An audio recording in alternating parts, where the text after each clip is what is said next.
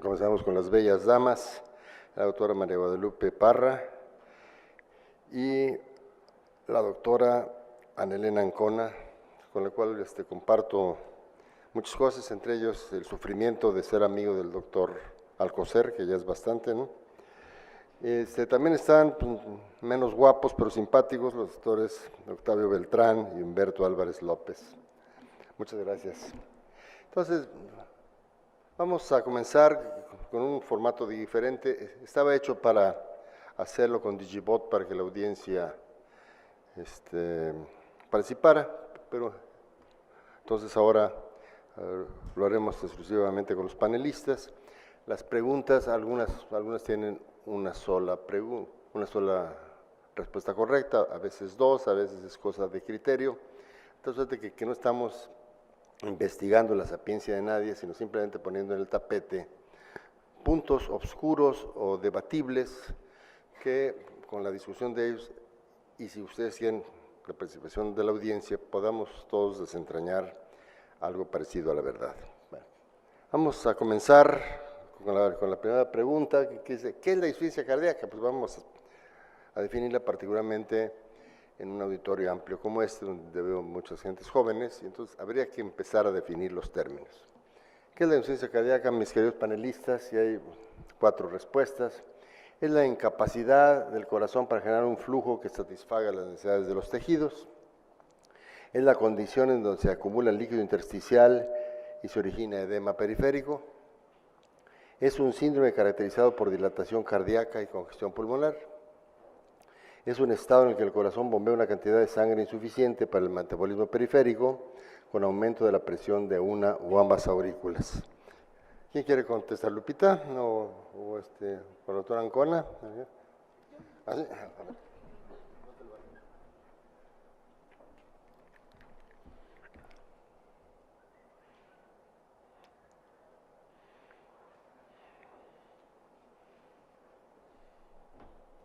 A ver. Podemos decir desde el punto de vista general que la insuficiencia cardíaca es un síndrome. Si nosotros nos apegamos a las respuestas que tenemos en esta pregunta, en esta diapositiva, podría aplicarse que es un síndrome clínico, que es un síndrome que no nada más involucra las cavidades cardíacas, es decir, es una patología que puede también tener problemas de llenado y problemas de vaciado, y que en esto involucrar no nada más al miocardio ventricular o a las aurículas, sino también a otras estructuras que conforman el corazón, incluso a patologías que están en los grandes vasos. Y este síndrome se va a caracterizar por la insuficiencia del corazón para nutrir las necesidades pues, de los tejidos. En general se podría decir así, como una definición más amplia.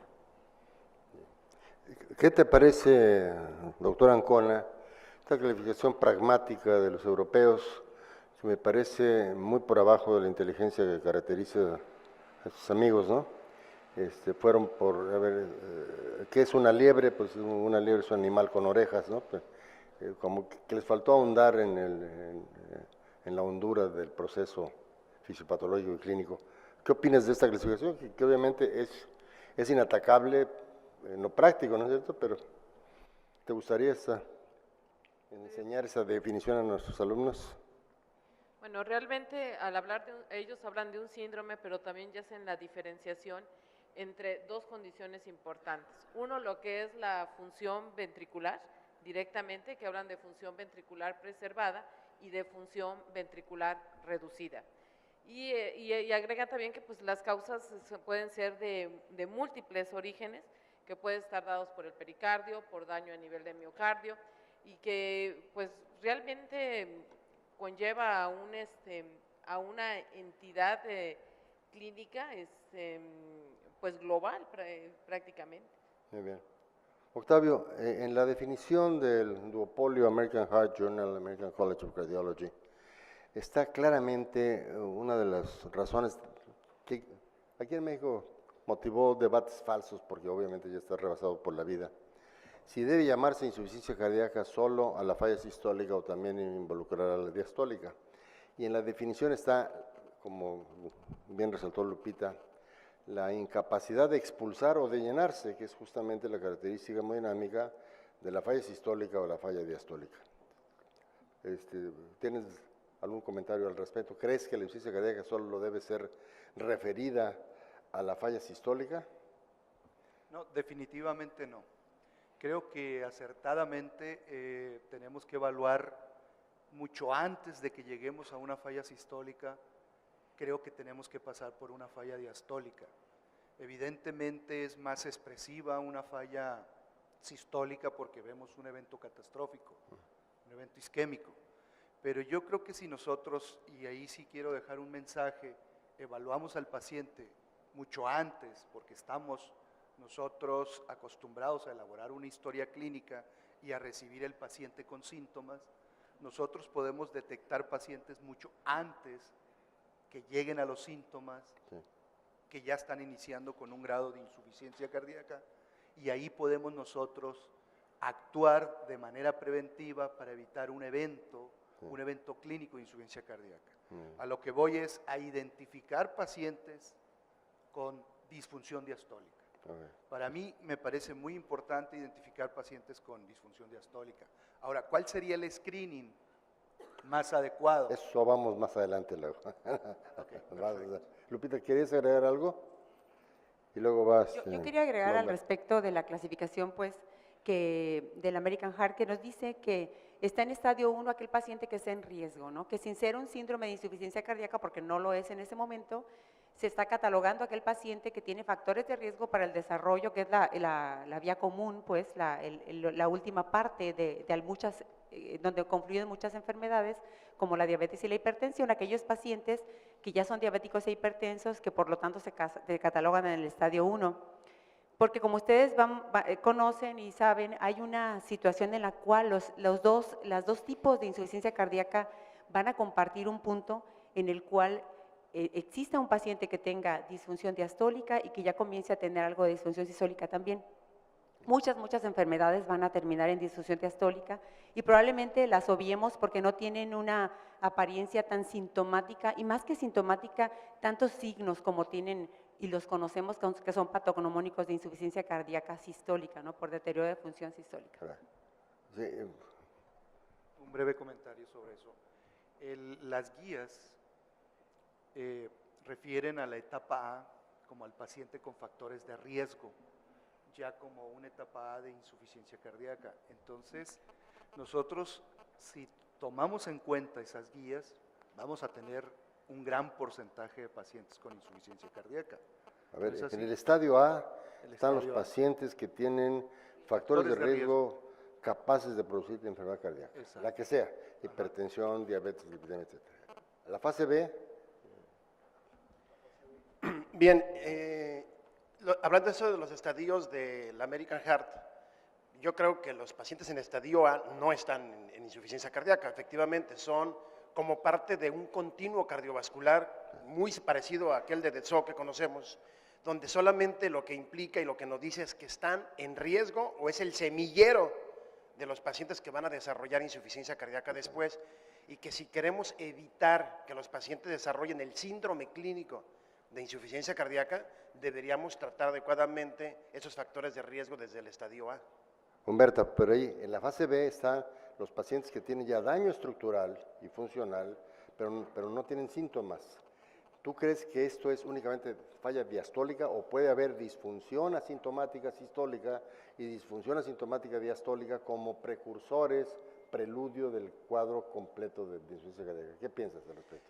Yo creo que inicialmente es insuficiencia o falla diastólica, rigidez miocárdica y también dilatación auricular, que solamente podemos observarla con eco, y quizás algunos biomarcadores que nos podrían servir, que son más tempranos que las imágenes, sin embargo se traslapan. Yo creo que en el inicio, aunque sea insuficiencia o falla diastólica, hay un inicio ya que no tan fácilmente detectable de falla sistólica mínima, que va siendo progresiva y que después se van traslapando tanto falla diastólica con sistólica y finalmente el paciente termina en falla sistólica. Vamos a regresar luego, muy breve porque necesitamos avanzar. A ver,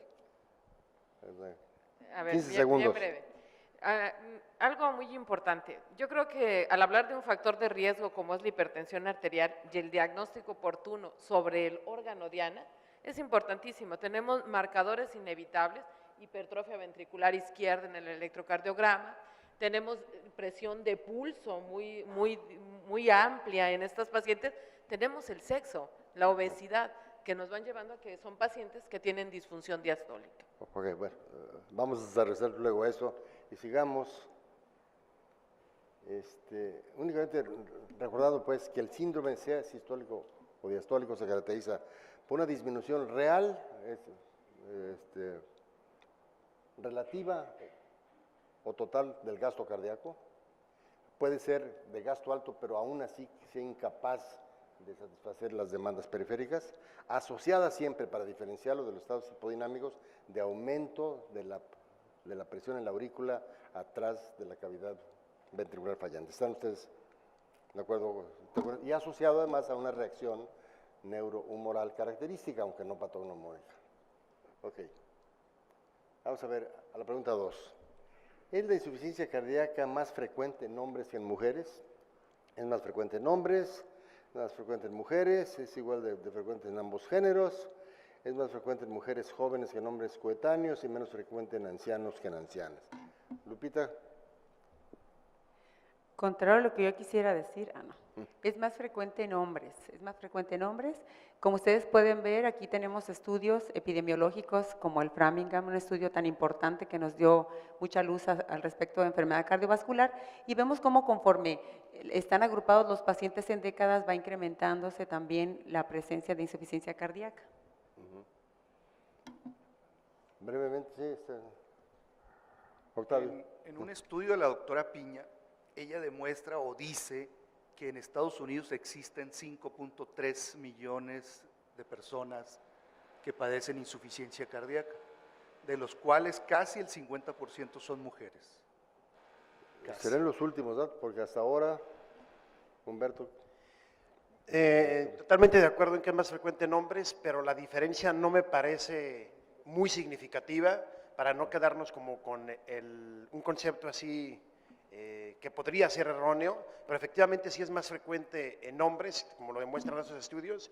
O era, Era. exacto, y yo creo que esa tendencia pues quizás pueda ir creciendo y bueno, no es así como que muy notorio que digamos hay 4 millones de hombres y hay 1 millón de mujeres con insuficiencia cardíaca en Estados Unidos. Entonces es muy cercano al 50%.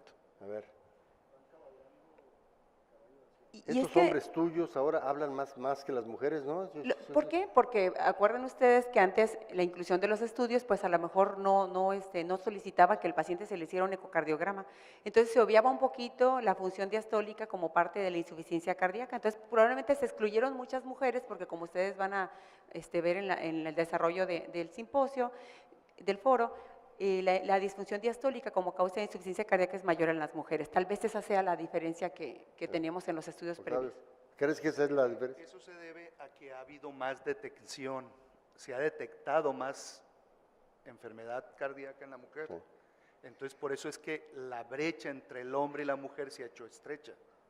Y también los que no se les últimos cree a años. las mujeres, ¿Mande? no se les cree a las mujeres también. ¿No se les cree? ¿En serio? Eso pasa en la... Ok. en la- Entonces se ha isquemia. aumentado hasta en un 50% más la detección de la insuficiencia cardíaca en la mujer. El diagnóstico de cardiopatía isquémica en la mujer se retrasa porque no se les cree, porque además expresan ellas en forma diferente. El porcentaje de inclusión de las mujeres en los estudios clínicos también se ha Mucho. incrementado. Bueno. Estos malditos hombres, caray. Bueno. Vamos a ver, la pregunta 3. ¿Es la insuficiencia cardíaca más letal en las mujeres que en los hombres? ¿Es más letal en hombres? ¿Es más letal en mujeres? ¿Es igual de letal en ambos géneros? ¿Es más letal en mujeres jóvenes que en hombres coetáneos?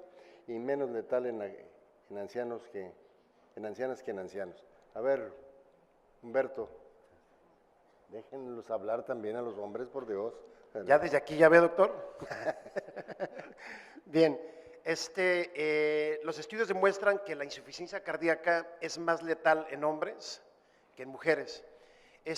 Sin embargo, la mujer tiene más eventos mórbidos, más hospitalizaciones, más agudizaciones, y parece ser que en tiene más morbilidad en este síndrome de la insuficiencia cardíaca, pero definitivamente sí es más mortal el hombre. Quizás podría ser también por la causa, porque también está demostrado que la principal causa de insuficiencia cardíaca en hombres es enfermedad arterial coronaria, a diferencia de mujeres, que creo que ahorita lo vamos a ver. Pero quizás esta podría ser una de las razones por la que tiene mayor mortalidad por la propia etiología. Ancona, doctora Ancona, perdón. Gracias, doctor. No, otro aspecto importante es la edad en hombres y en mujeres de presentación. En la mujer el síndrome de insuficiencia cardíaca se presenta más tardíamente y obviamente aunque no es con tan alta mortalidad de edades más tempranas como el hombre, los orígenes son diferentes. En el hombre cardiopatía isquémica y en la mujer hay otros factores como es el factor metabólico, el factor de la diabetes, la hipertensión arterial, que hace que se retarde más su presentación, aunque desgraciadamente la evolución es diferente. Como sea, viendo estos datos de Framingham, pues vemos que a los 10 años del diagnóstico, 80% de los hombres están muertos y 70% de las mujeres, así que en ambos es una condición muy perversa, ¿verdad? Un poco más en el hombre, siempre sufrimos más en la vida, ¿no? Estos son los datos en los dos géneros, ¿no? Pues sí, no es, datos más recientes dicen que no hay tanta diferencia, ¿verdad? No hay tanta diferencia. No sé si es por la masculinización creciente del hombre, digo, de la mujer, perdón, o la feminización del hombre, pero el hecho es de que están juntándose los datos de mortalidad. Bueno, vamos a ver.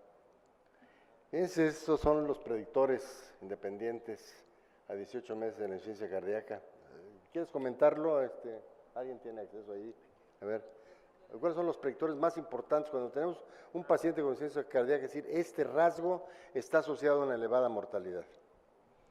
Sí, bueno, como se muestra en esa tabla, hay varios parámetros que incrementan la mortalidad en pacientes con insuficiencia cardíaca, donde observamos que el peor es la hipotensión. O sea, si nosotros tenemos un paciente con hipotensión y sobre todo si este paciente tiene como causa disfunción sistólica de la insuficiencia cardíaca, es un predictor muy importante de mortalidad, porque además, digo, en lo que observamos en nuestra práctica clínica es hasta muy complicado el tratamiento, porque ya que los diuréticos, los bloqueadores de receptor de angiotensina, los inhibidores de la ECA, los ARAS2, la terapia vasodilatadora en general, los hipotensan más. Entonces, es muy complicado el manejo y, bueno, de lo que nos habla es que hay un severo daño sistólico en estos pacientes. Sí. Y lo observamos más en pacientes con falla sistólica. También hay hipoperfusión renal, que es otro predictor muy importante. Si hay hipoperfusión, esos pacientes se elevan creatinina y también se complica el tratamiento, tanto el hidroelectrolítico, etcétera, y pueden tener más. Y da síndrome cardiorrenal y la anemia es un contribuyente importante. La anemia. Y el género no importa mucho, bueno, digo, tiene 4, pero no es quizás el predictor más importante. Lupita. Nada más comentar que como ustedes pueden ver a 15 meses, la mortalidad que se reporta en este estudio tiene relación a la presencia más florida de signos de insuficiencia cardíaca sistólica, que eso habla de una severidad de la disfunción pues, ventricular, en este caso sistólica, como dijo el doctor Humberto. Ok, bien. Bueno, ahí están datos también recientes, indican lo mismo, ¿verdad? Indican lo mismo, la mortalidad es más alta en los grupos etarios más grandes, pero están juntándose las mortalidades entre los hombres y las mujeres, aunque fíjense, en las edades más jóvenes, el riesgo está muy diferenciado y empiezan a juntarse en los grupos etarios mayores. Bueno, vamos aquí a enredarnos en lo importante, y es que es diferente la fisiopatología de la insuficiencia cardíaca en las mujeres, es igual, hay más reacción neurohumoral en las mujeres, hay en ellas más muerte súbita por arritmias y hay más falla diastólica en las mujeres. ¿Qué piensas, Ana Elena? Bueno, yo creo que sí, la diferencia fisiopatológica es importante. La mujer pues, aparece más tardíamente, tiene más falla diastólica. Los estudios nos han demostrado que el 74% de la insuficiencia cardíaca es con fracción de expulsión preservada en las mujeres. Es un estudio español muy interesante. La fibrilación atrial se presenta también, es como una de las causas importantes de la insuficiencia cardíaca en la mujer. ¿Y cuál era la otra? Sí. A ver, coméntame, Lupita, esto que parece el dicho de un hombre que odia a las mujeres. Dice, pese a que son más sintomáticas que los hombres, tienen mejor pronóstico. O sea, son chillonas, pero mueren menos. Eso dicen los escritos. Tienen más síntomas, gritan más, pero se mueren menos y más tardíamente que Bueno, los hombres. también hay un dicho que dice, mujer enferma, mujer eterna. Eterna. Lo dijo ella, yo no. Dice, ¿por qué? ¿Por qué? ¿Por qué si se mueren más? ¿Por qué? ¿Por qué no se acaban? No, pero sí tenemos, igual, o sea, si ustedes revisan también los estudios mexicanos, el RENACICA, el RENATA, tenemos las mujeres que ingresan con descompensación de insuficiencia cardíaca en estos casos por hipertensión de larga data o por enfermedad coronaria, son mujeres más añosas, son mujeres que han venido recolectando a través de la vida el sufrimiento, la hipertensión, la diabetes, y sabemos que son causas de disfunción diastólica. Tenemos una entidad bien conocida que es la insuficiencia cardíaca por una microangiopatía diabética. Entonces sí, las mujeres tenemos una morbilidad mayor, ¿verdad? Y bueno, al final de cuentas habrá que ver los estudios más recientes en donde están incluyendo más la disfunción diastólica para saber si en realidad se mueren más los hombres que las mujeres, ¿no? Así es, muy bien. ¿Alguien quiere comentar algo al respecto? Al respecto de la falla diastólica, no me parece que sea tan diferente en el hombre y en la mujer. Voy a hablar de lo que yo he hecho. De 4,000 pacientes que estudié con hipertensión, la disfunción diastólica no hubo una diferencia significativa. Digamos unos 4 o 5 puntos arriba de la mujer que del hombre. Donde sí observé más de 10 puntos de diferencia, arriba en las mujeres es en la masa, en la hipertrofia ventricular. ¿Razón de más? Ahí sí observé esa diferencia. Pero la primera causa de falla diastólica es la cardiopatía diabética. Y obviamente como hay más mujeres, pues entonces debe haber. Bueno, Humberto. yo nada más quisiera hacer una precisión, que disfunción diastólica ecocardiográfica no es igual a Ahorita vamos a eso, ¿No? vamos al Bueno. negocio. Ahí sí, nos vamos a agarrar del chongo, van a ver. Vamos a ver. A ver, opina de esto, Humbertito, son los determinantes de la insuficiencia cardíaca en los dos géneros. Ahí sí hay una diferencia, ¿no? Porque el principal determinante es el antecedente de infarto de miocardio, ¿no? Es en los dos géneros. Pero en la mujer tiene como segunda causa a la hipertensión. ¿Mm? Y obviamente la hipertensión a través de hipertrofia, como que las mujeres son más dadas a la hipertrofia que los hombres. O la hipertrofia está asociada en ellas a mayor distrofia de la colágena y causa mayor falla diastólica. ¿Compran esa idea o no? Porque el resto son exactamente iguales. La valvulopatía, la enfermedad miocárdica primaria, ocurre en idéntica proporción. La gran diferencia es que la hipertensión es la segunda causa en la mujer. Bueno. Y otras diferencias de género, fíjense ustedes así. Efectivamente hay más falla sistólica en el hombre, según estos datos, ¿no? Estos datos recientes, hay más disfunción sistólica en el hombre que en la mujer, y existe más fibrilación auricular en las mujeres, como dijo Ana. La etiología isquémica, obviamente, como Humberto dijo, es más alto en los hombres, ¿no? Y la hipertensión es más elevada en las mujeres. Entonces, creo que hay diferencias en los condicionantes y en la forma de expresar la insuficiencia cardíaca, ¿no? Vamos a ver. Ahora sí. Antes de tomarse diapositiva, solamente hay una entidad que es única en la mujer como causa de insuficiencia cardíaca, que no está en estas por ser poco frecuente y muy rara.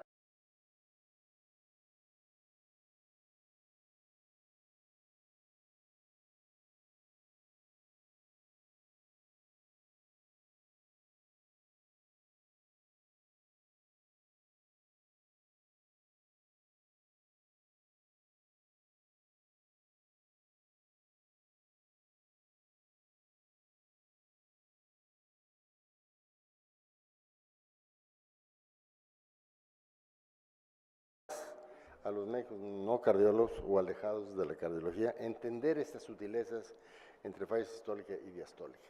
Y a mí me parece un error este cambio de nombres, ¿no? Entonces, ahora ya no vamos a llamarle a la ictericia, sino síndrome canárico.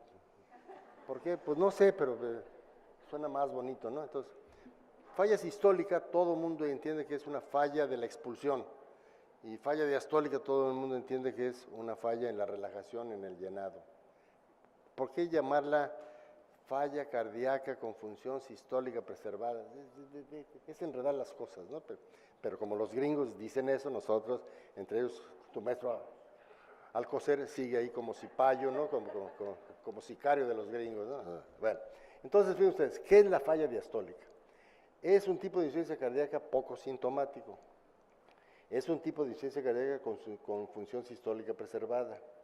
Es un tipo de insuficiencia cardíaca con aumento de la presión diastólica. Es un tipo de insuficiencia cardíaca en que el corazón no crece. ¿Quién quiere contestar? Está hecha con la peor mala leche del mundo. A ver, Humberto. Bien, bueno, de las respuestas que vienen ahí, yo creo que es un tipo de insuficiencia cardíaca, así como dicen los gringos, con función sistólica preservada. Básicamente, aunque ese término tampoco está bien definido, que es preservado, ¿no? Sí. Porque hay mucha heterogeneidad en los estudios de cuál es la fracción de eyección normal. Pero creo que la respuesta de las opciones que se plantean en la diapositiva anterior es la que tiene fracción de eyección normal. Ahora, con relación a la respuesta 3, que hay aumento de la presión diastólica, pues me gustaría saber de cuál presión diastólica, si es ventricular. Sí, claro. Ok, claro, sí, claro. No tengas peor pero mala bueno, leche puede que tener yo. la trampa ahí la pregunta, ¿no? Pero sí, yo creo que la respuesta que más se acerca es la de con función sistólica preservada. Antes de adentrarnos, a ver, Octavio, tú que eres hemodinamista, explícales con palabras sencillas a nuestro auditorio qué es la fracción de expulsión. Que lo entienda hasta Peña Nieto, por favor. ¿Ah? No traje manzanas. Adelante. Bueno, en palabras breves, es la cantidad de sangre que se expulsa de lo que llega y lo que queda dentro del ventrículo. Nosotros en la fase diastólica tenemos un volumen que se recibe y en la fase sistólica, que es la contracción, tenemos un volumen que se expulsa. El volumen que se expulsa, ese es el porcentaje de lo que le llega al corazón. Ya nadie te entendió, man. Ya nadie te entendió. La diferencia, ¿sí?, entre restar lo que le llega a lo que se expulsa, esa es la fracción. Levanten la mano quien entendió. Tienes un fan. Yo quisiera Ni Peña Nieto hubiera entendido. Ahí va. A ver si a mí me sale. A ver. Es el porcentaje de sangre que se expulsa. Si yo tengo 100 mililitros y ese es el 100% y se expulsaron 70 mililitros, esa es la fracción de eyección. O sea, el porcentaje de sangre que se expulsa del volumen diastólico final. O sea, ese es el... Levanten la mano, por favor. ¿En serio, eh? A ver, las mujeres. A ver, Ana. Vean la dificultad de la comunicación entre humanos, ¿eh? Bueno, el volumen telediastólico, o sea, es el máximo cantidad de sangre que permite que se dilate el corazón, menos el volumen que es expulsado, que es el volumen telesistólico. Eso nos va a dar algo que se llama volumen, volumen latido, perdón. La veo y me pone nerviosa. Ni yo lo entiendo ya también. A ver, Y es una simple regla de 3, la fracción de expulsión. Es ¿por qué una no simple usan- regla de 3. no usan los Volumen telediastólico menos volumen telesistólico. Mira, este es Entre el- volumen telediastólico nos da el porcentaje de fracción de expulsión. déjame ver. Este es el volumen diastólico, bueno, este es el corazón al final de la diástole, está lleno, ya no está. Entonces expulsa, al contrario se expulsa, pero no se queda vacío, no se queda exangüe, queda un remanente. Entonces la diferencia entre lo que tenía al final de la diástole y lo que tenía al final de las sístoles es el volumen latido, me lleva pifas. El volumen latido por la frecuencia cardíaca es el gasto cardíaco, la cantidad de sangre que expulsa el corazón por minuto. Entonces, si este es el 100%, ¿qué porcentaje de esto es lo que expulsó? Un corazón muy potente expulsa el 80%, el 75%, el 70%, un corazón insuficiente 40, 35, 30, ¿no? Entonces, ustedes, si el volumen telesistólico es el 100%, ¿qué porcentaje es el volumen latido? Es una proporción, ¿sí? Entonces, el problema es que no es fracción, una fracción es menos de 1, esto es porcentaje de expulsión. Cuando le quitamos el 100%, pues únicamente ustedes dividen el volumen latido entre el volumen telediastólico y tienen 0.5, 0.6, 0.7, que es 50%, 60%, 70% del volumen diastólico fue expulsado.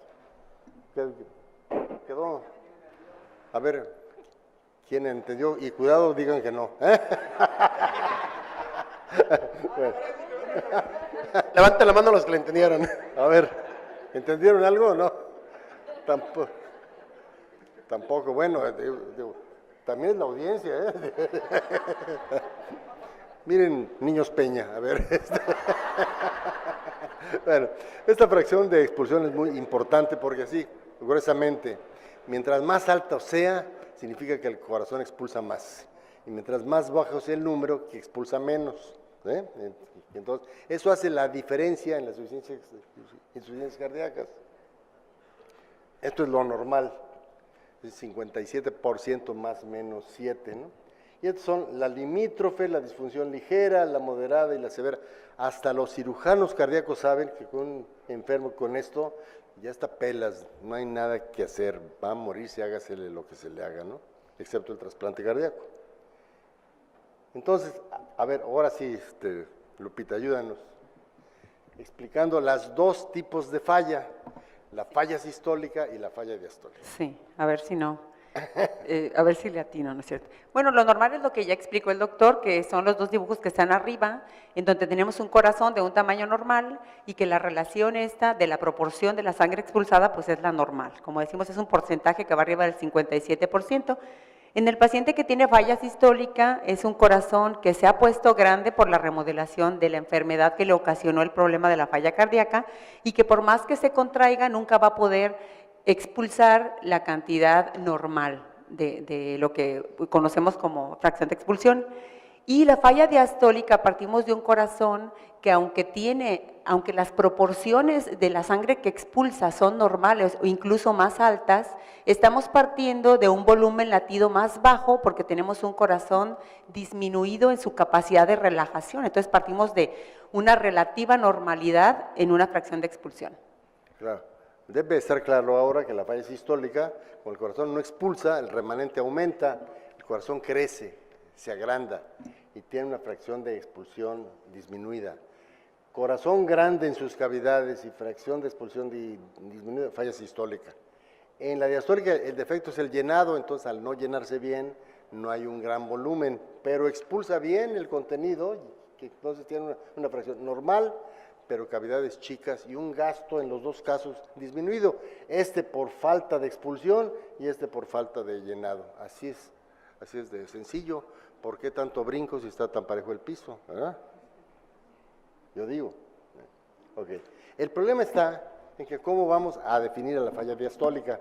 A ver, Octavián, hemodinámicamente, ¿Cómo la caracteriza? Ya caracterizamos a la falla sistólica como una fracción de expulsión disminuida. ¿Cómo vamos a caracterizar a la falla diastólica desde el punto de vista hemodinámico? Desde el punto de vista hemodinámico vamos a tener presiones de llenado elevadas. Pero en la otra también. Sí, Cuando aumenta el volumen, sucede el fenómeno del globo de la fiesta. Mientras más volumen tenga, aumenta la presión hasta que lo truena. En la otra, como es un corazón rígido, un pequeño volumen genera hipertensión. En ambos casos hay hipertensión diastólica ventricular y por lo tanto aumenta la presión en la aurícula. sí, vamos a tener ese mismo efecto desde el punto de vista hemodinámico, claro. Por eso, pero entonces, ¿cuál es la diferencia o el mecanismo productor de la falla en la falla diastólica, Humberto? De que aumenta la presión diastólica con menos volumen o con poco volumen, y a pesar de tener una fracción de eyección Lo normal. que aumenta es la rigidez. Claro. La rigidez. ¿Por qué hay rigidez justamente? Como hay rigidez miocárdica, que puede ser por múltiples causas, puede ser por hipertrofia, puede ser por una pericarditis constrictiva, incluso restrictiva, puede ser cualquier restricción al llenado, aunque tenga, va a limitar, va a reducir la capacidad de, digamos, como de cierta elasticidad que tiene el corazón, y al estar reducida con poco volumen y poca distensibilidad, con poco volumen va a elevar rápidamente la presión diastólica. Lo rígido es lo contrario a lo distensible, es la relación exacto. entre volumen y presión. Bueno, vamos a ver. Pero finalmente, ¿Eh? la unidad de medida hemodinámica es la presión, Pero en las dos fallas en las dos fallas. aumenta, si no, Pero desde el punto no de habría vista, aumentos de la pero presión desde el venocapilar en los desde el pulmones y punto no de vista habría disnea. hemodinámico es en presión. En uno aumenta por el volumen y en otro aumenta por la rigidez. Y el asunto está que cuando crece mucho el volumen, también afectas a la rigidez. Entonces, finalmente, todas las fallas sistólicas tienen un componente diastólico también. Ese es el problema conceptual. Esa es una buena pregunta. ¿Toda la falla sistólica tiene falla diastólica? Todas las fallas sistólicas, al final, tienen falla diastólica. Los hemodinamistas de antes, como yo, estudiamos fisiología. No salvábamos vidas como tú, ni ganábamos dinero, pero sí sabíamos fisiología. Bueno, vamos a ver la pregunta 6. ¿Qué tan frecuente es esta falla? Bastante rara, no es rara, pero es menos frecuente que la sistólica. Se le observa en la mitad de los pacientes con insuficiencia cardíaca, ocupa una cuarta parte de los casos de insuficiencia cardíaca. A ver, tú, quien sea. Es muy frecuente. Si ustedes, como han venido escuchando, conforme pasa el tiempo y tenemos mejores métodos de diagnóstico, se están incluyendo y se está conociendo esta situación de que la falla sistólica se acompaña en una alta frecuencia de falla diastólica, entonces súmenle esta imbricación pues, de las dos patologías, es muy, muy frecuente. Sí. Bien, pues ya se había comentado antes, la falla o la insuficiencia cardíaca diastólica ocurre hasta en 70% de las mujeres, y en los hombres quizás anda alrededor del 50, 60% quizás de lo que es falla diastólica. Y algo importante es que frecuentemente la falla cardíaca diastólica ha estado muy subestudiada en todos los ensayos clínicos, en cuestiones en cuestiones de tratamiento básicamente. Está subestudiada, termina siendo también subdiagnosticada. Subdiagnosticada, ¿verdad? Subdiagnosticada, y también porque muchas, como tiene la fracción de eyección normal, ya se piensa que es falta de condición física, una serie de cosas, ¿no? Exactamente. Entonces yo creo que la falla diastólica también nos ayudaría muchísimo, un punto que no viene aquí, que es la utilización de biomarcadores. O sea, porque yo la verdad no creo que el ecocardiograma sea el mejor estudio para hacer el diagnóstico. Nos sirve para saber si tiene fracción de eyección normal o no. Y si tiene falla diastólica y el patrón de llenado y todo lo demás, sí sirve. ¿Y los pero nuevos índices? ¿Mande? Los nuevos índices del strain rate y todo eso. Eso sí, pero ese tipo de ecocardiografía no está todavía disponible en forma masiva. O sea, la realidad es que los ecocardiogramas que se tienen en todo el país, o en el 90% del país, no tienen esa tecnología. Todavía habrá que esperar. Yo creo que hoy en día podríamos basarnos mucho en lo que son los criterios clínicos de Framingham, ¿sí? Para insuficiencia cardíaca, que tienen pues una buena índice predictivo, alrededor del 80-90%, pero la utilidad de los biomarcadores también está subutilizada, sobre todo el péptido natriurético. Valdría la pena utilizarlo en pacientes que se tenga dudas si la disnea es por insuficiencia cardíaca o por otra causa, pulmonar, etcétera, etcétera. Y la falta de nuestros nuevos cardiólogos para auscultar, porque cuántos hipertensos hay con galope auricular y disnea y se subdiagnostica la falla cardíaca. Muy bien, vamos a ver. La pregunta 7, ¿por qué es más frecuente, ahora sí, la falla diastólica en las mujeres?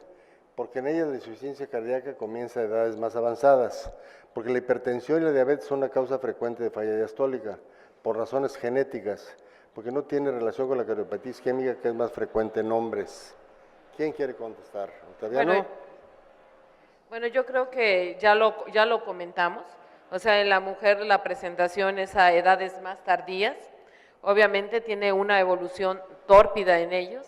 La causa principal es hipertensión y diabetes actualmente, más obesidad, doctor. Es otra de las condiciones que se han estado viendo con ellos, y fibrilación auricular. No me hables feo. Que son los factores desencadenantes directamente muchas veces del evento inicial de la insuficiencia cardíaca. Está bien, está bien. Las razones genéticas, pues yo creo que se responden a género. Y pues obviamente en el hombre es más frecuente la cardiopatía isquémica que en las mujeres. Para mí todas son válidas en esta pregunta. La mayor parte de los hombres arriba de 60 años tienen amiloide en el corazón, amiloidosis senil, y es una causa muy frecuente también de falla diastólica. Muy bien.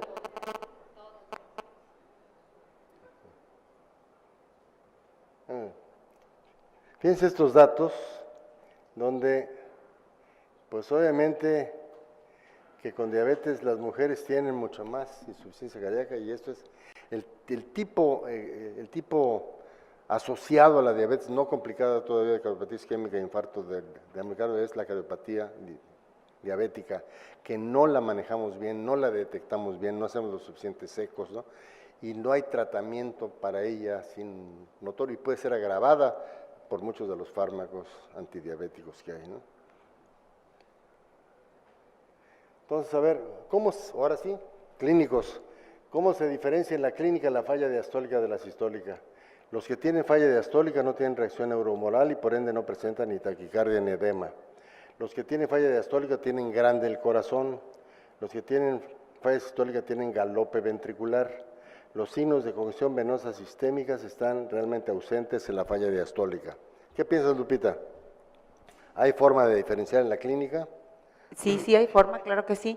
Yo creo que tal vez de estas la única que sea correcta es que los que tienen falla sistólica tienen galope ventricular, porque en realidad la falla diastólica, como dice la respuesta número 2, no tiene grande el corazón, al revés, ¿no? Hay un remodelado concéntrico y de ahí pues se reduce cavidad. Grande en la placa, pero sí, grandes paredes. Cavidades pequeñas, ¿no? Y la primera, pues en las dos tipos de fallas se presenta una acción incrementada del sistema catecolaminérgico y el sistema renina-angiotensina-aldosterona, y los signos de congestión venosa sistémica, pues puede que no estén ausentes en un paciente que tenga falla diastólica, porque también pueden existir, pero son con menos frecuencia, más congestión periférica en la falla sistólica. Humberto. Yo creo que prácticamente, a pesar de que estoy de acuerdo con que la falla sistólica tiene galope ventricular, yo creo que ninguna de las respuestas podría ser cierta, porque muchas veces tenemos pacientes con gran falla sistólica que no están en insuficiencia cardíaca clínica, ¿sí? Entonces, la ausencia de galope ventricular no significa ausencia de falla sistólica y que el paciente no esté realmente con un estadio avanzado de la enfermedad. Sí. Entonces, podría ser útil, si tiene el galope ventricular, va más a que es falla sistólica, si tiene galope auricular, es más a que vaya falla diastólica, pero hay que son signos y síntomas poco específicos. Yo creo que si algo que en la medicina clínica no está bien establecido son la sensibilidad y especificidad de los signos y de los síntomas, Sí. que valdría la pena tenerlos, porque bueno, de pronto dice, bueno, en el cáncer de páncreas o en tal enfermedad, la triada de no sé qué, bueno, ¿cuál es la sensibilidad y especificidad? No, pues andan en el 3% de sensibilidad y una especificidad del 100%, Sí. pero el hecho de que sean tan poco sensibles los hace poco útiles en la práctica clínica diaria. A ver, una persona de edad que tiene disnea de grandes esfuerzos, que no tiene edemas, de que tiene un cuarto ruido, de que tiene corazón chico en la placa, hipertrofia, senil en el corazón, yo creo de que tienes los elementos para decir, tiene falla diastólica, punto, Claro, punto. sí, claro. Aunque no tenga muchos síntomas, ¿no? Claro. Eso es, muy bien. Como que hay más falla congestiva en los sistólicos. Las manifestaciones clínicas son más agudas, excepto en la falla diastólica aguda, en la isquemia aguda, en donde sí, inclusive hay edema pulmonar, ¿no? Pero generalmente son menos sintomáticos y tienen menor reacción neurohumoral. ¿Compras eso, Octaviano? Tienen menos taquicardia, tienen menos edema, tienen menos manifestaciones. Exactamente, así es. Muy bien, bueno, ya casi terminamos a tiempo. Difiere el tratamiento de la insuficiencia cardíaca en las mujeres, porque quiero decirles, después de todo esto no hay un tratamiento específico para la insuficiencia cardíaca diastólica todavía, ¿no? Entonces, difiere el tratamiento de la insuficiencia cardíaca en las mujeres se benefician más con los betabloqueadores, los diuréticos producen más gota en las mujeres, los CIECA y los ARA2 están prohibidos en las mujeres por ser embricidas, y el tratamiento de la falla sistólica es el mismo, no hay tratamiento específico para la falla diastólica. ¿Qué piensan? Adelanté ya algo, a ver, Ana Elena Ancona Vadillo, de Alcocer. Bueno, maestro, yo creo que el tratamiento de la falla diastólica siempre se nos ha complicado muchísimo.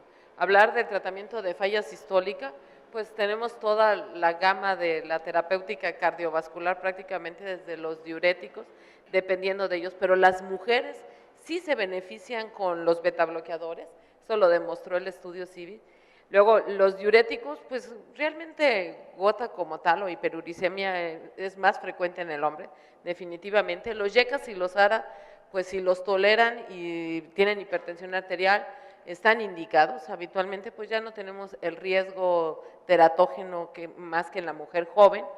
Y el tratamiento, pues definitivamente no es igual. El tratamiento de la falla sistólica como diastólica es totalmente individualizado y depende de las características de cada paciente. Pero vaya, todos los estudios demuestran que los CIECA, los ARA2, los betabloqueadores son muy buenos en la falla sistólica, pero el único betabloqueador que ha demostrado algo es… Carvedilol. Bueno, no, pero Bisoprolol fue. Nebivolol en la falla diastólica, Sí, el único. de los nuevos. En el estudio Seniors, Sí. donde fue igualmente eficaz Así es. independientemente de la fracción de expulsión. No hay estudios grandes de falla diastólica, pero no hay tratamiento específico. Cuando sumas la cantidad de, cuando sumas la inclusión de las mujeres en estos estudios, no llegan más a 10,000, más que 10,000. En todos los estudios, si sumas la inclusión del género femenino, no representan una muestra importante. Sí. Te digo, Para concluir, hombres perros que acusáis, ¿no? En la mayor parte de los estudios los porcentajes andan en 20-25% a lo máximo de inclusión de mujeres con respecto a 75% de hombres. Entonces, la razón, no sé, digo, yo no conozco la razón por la que hay más hombres, quizás porque ha sido de más interés la falla sistólica y pacientes con enfermedad arterial coronaria para los patrocinadores de estos estudios, ¿no? Claro. Y también para los que venden los fármacos, Claro. ¿no? Entonces ha sido de más interés la falla sistólica que la diastólica y es más frecuente la falla sistólica en el hombre que en la mujer. Así es. por muchas décadas, la enfermedad cardíaca se consideró del hombre, no de la mujer. Así Ese es el problema. Así es. Las dejábamos morir a propósito. Y el problema es de que como buenos seres humanos siempre presumimos lo bueno y la respuesta al tratamiento en falla sistólica es muy buena en los pacientes. La falla diastólica habitualmente la escondemos porque los pacientes responden muy mal y su mortalidad es a corto plazo mucho mayor. Bueno, sí, Hace un momento comentaba de una enfermedad característica de la mujer, la cardiopatía periparto, que es muy rara y que era específica de la mujer como causa de insuficiencia cardíaca. Y ahorita me viene a la mente otra, que es la insuficiencia cardíaca por quimioterapia en pacientes tratadas con cáncer de mama, que también casi es exclusiva de ellas, aunque también hay cáncer de mama en nombre, pero es muy raro, antraciclinas, con antraciclinas. sobre todo cuando se combina con trastuzumab. Trastuzumab, ajá. Trastuzumab. Entonces, ya ahorita, de hecho, está surgiendo como una nueva subespecialidad dentro de la cardiología que se llama cardiooncología, que para todos los pacientes sometidos a radioterapia o quimioterapia, que de hecho justamente en estos días estaba en Madrid o en España un congreso sobre cardiooncología, y muchos hospitales oncológicos van a tener cardiólogos tratando de identificar en forma temprana la insuficiencia cardíaca, sobre todo con el strain rate y con todo estos, con esta nueva tecnología ecocardiográfica para ver a cuáles pacientes tienen más riesgo de desarrollar insuficiencia cardíaca, porque ahora la principal causa de mortalidad en cáncer de mama es cardiopatía, o sea, insuficiencia cardíaca. El asunto está que las antraciclinas, en las dosis habituales, dan alrededor de un 2 a 4% de insuficiencia cardíaca hasta los 20 años, hasta los 20 años. El problema es que cuando se mezcla con el bueno, esa madre, aumenta hasta el 20%, cuidado, cuidado. No lo saben los oncólogos y no les importa a los cardiólogos. Cardiooncología, me gusta eso, ahora hay cardiosexología o sexocardiología. Bueno, únicamente la metformina puede ser el tratamiento de la falla diastólica. Tenemos datos de que mejora en strain rate la función sistólica y diastólica en obesos sin diabetes pero con síndrome metabólico. El mecanismo probable es que actúa en el MPK, que es el gran director del metabolismo, incluyendo del miocardio. Lo anoto porque la metformina ha mejorado el pronóstico de los enfermos con diabetes e insuficiencia cardíaca.